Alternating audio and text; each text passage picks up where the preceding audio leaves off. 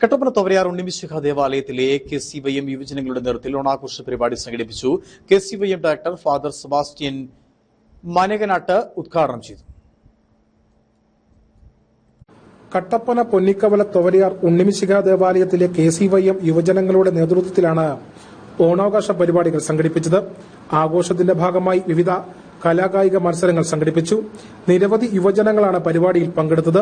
KCYM director father Sebastian മനേക്കനാട്ട ഉദ്ഘാടനം നിർവഹിച്ചു. ഓണമൊക്കെ അടിച്ച് തകർക്കുവാണോ? അവധി തുടങ്ങിയോ? അവധിക്ക് പുത്തും കോടിയും പുത്തും ഉടുപ്പും ഒക്കെ എടുത്തോ?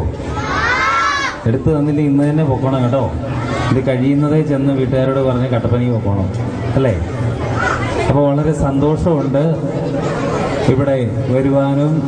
KCYM നേതൃത്വം ഇടവക വികാരി ഫാദർ ജോൺ മുണ്ടക്കാട്ട ചടങ്ങിൽ അധ്യക്ഷനായിരുന്നു.